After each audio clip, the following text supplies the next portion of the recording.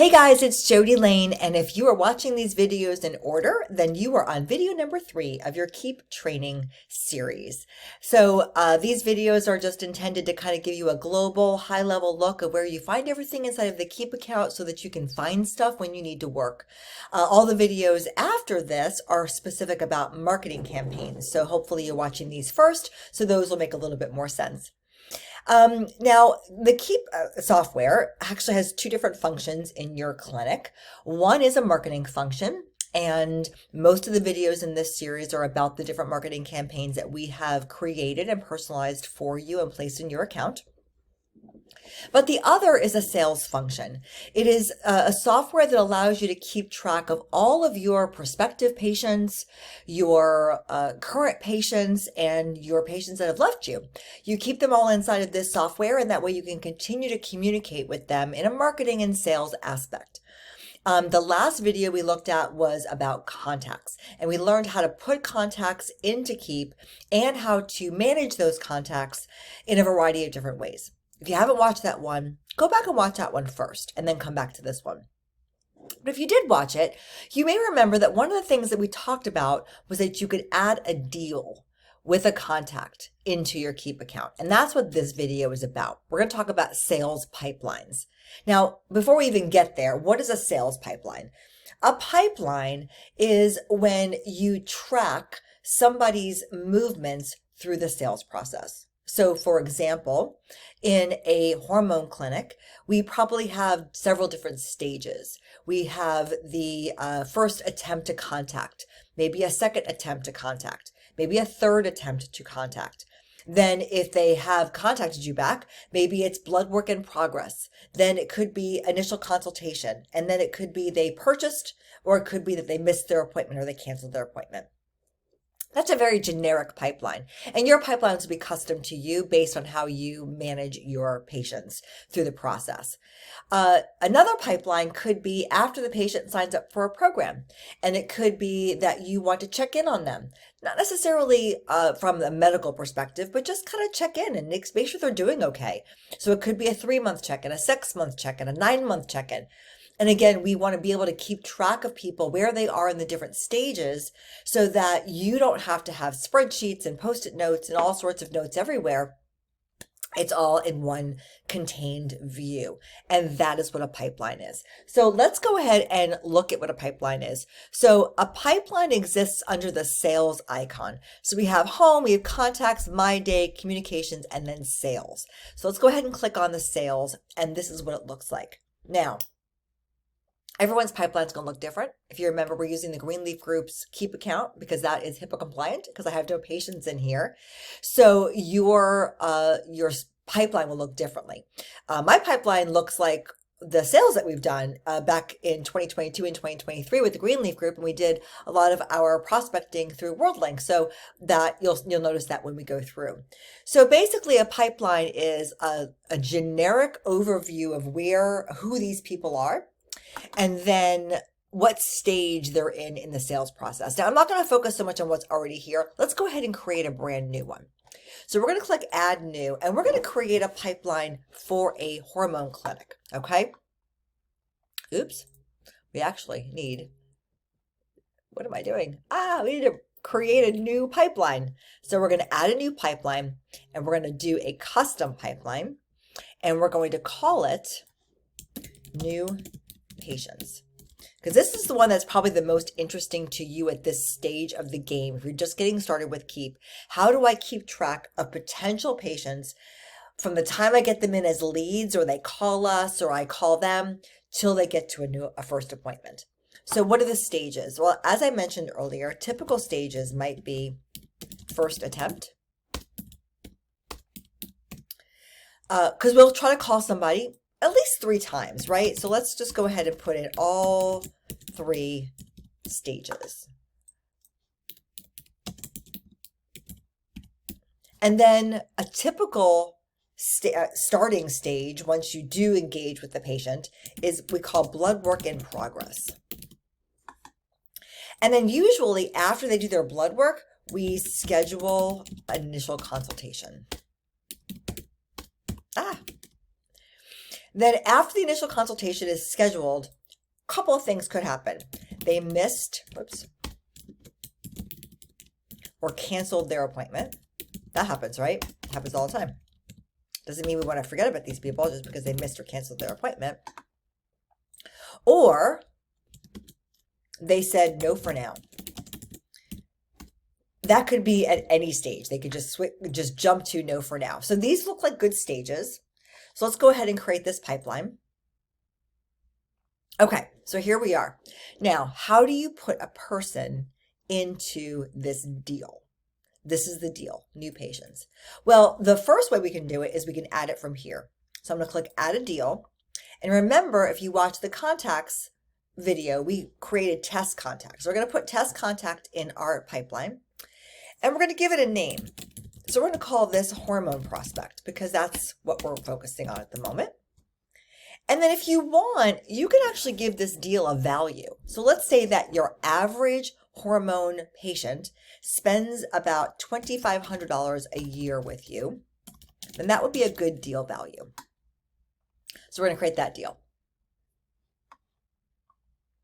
All right, awesome.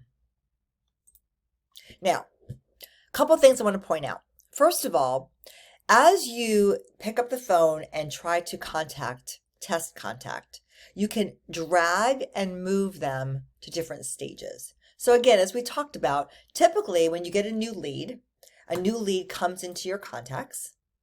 Either you enter it in here or they come in through one of the campaigns and they automatically get placed. As soon as you know that you're going to start to work that lead or make a phone call to try to get that patient into the office, we'll create a deal. So we contacted this person the first time. I come back in the next day, I try again, still have no luck. So I come back the next day and now I do the third attempt and I get the person on the phone. So I get Test on the phone and Test says, yes, I'm very interested. Let me go ahead and schedule my initial consultation. So we go over here to our EMR and we schedule that initial consultation. So now where does Test contact go?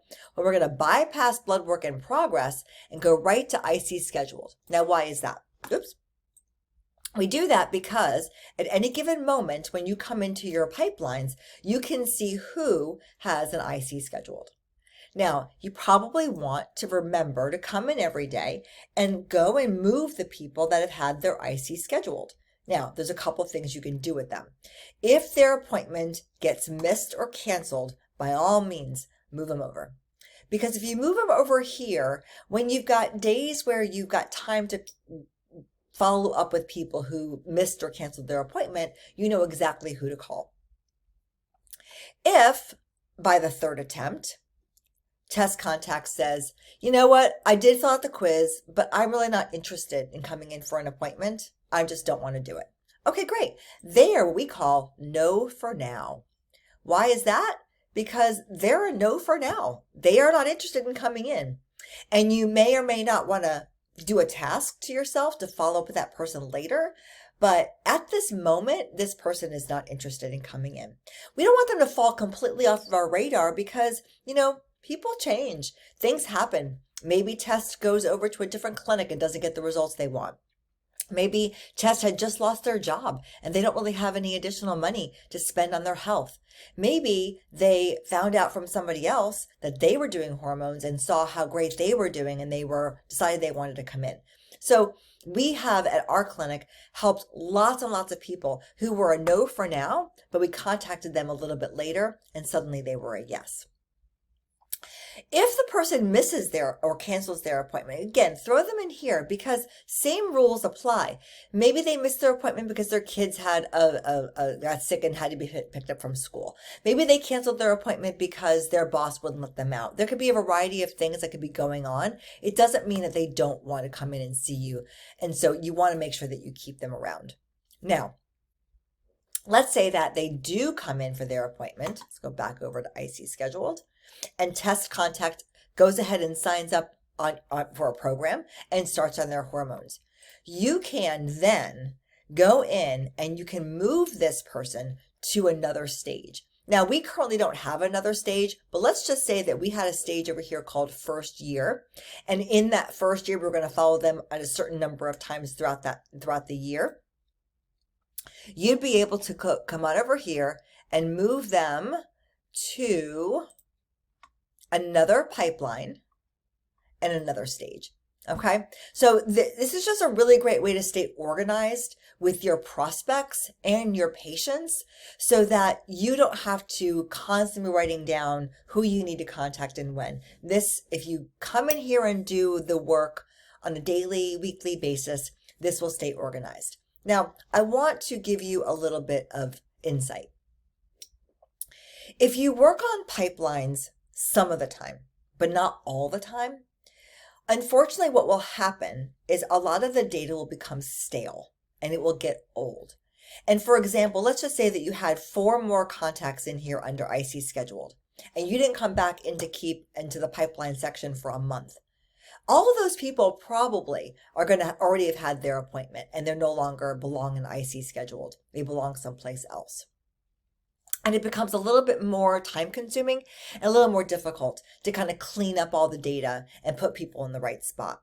So my advice to you is that if you're going to use pipelines, which I really strongly recommend that you do, that you come in at least once a week to go ahead and move people around. And we'll talk about this on our consulting calls.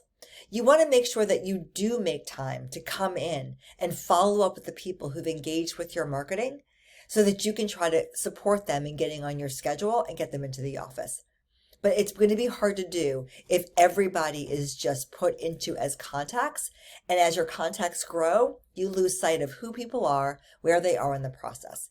So utilize the pipeline, keep yourself organized, stay front of mind with everybody. Don't be afraid to pick up the phone or send a text message and make those one-to-one connections. You'll be surprised. If you're new to this industry, you'll be surprised that the follow-up can really make a major difference in someone's life, because not everybody is ready to take that leap, to really jump into a hormone plan and change their life. But you know what this can do for them. So I'm not telling you to be annoying. I'm not telling you to constantly get on the phone and call them on a daily basis. But if you keep yourself organized and you remember a little bit about what's going on in their life, where they are in the process, then you can do personal touches that hopefully will help them get from wherever they are, whether that be fear, whether that be not wanting it enough, not understanding it enough, or just not taking themselves, to a priority, and get them into the office so that they can start treatment and literally change their lives. All right, I hope that you enjoyed this video. Like I said, pipelines might be new for some of you. And so I implore you to use this tool. If you've got questions, write them down, bring them to your coaching calls. Let's talk about it and let's get you on the path of the greatest success.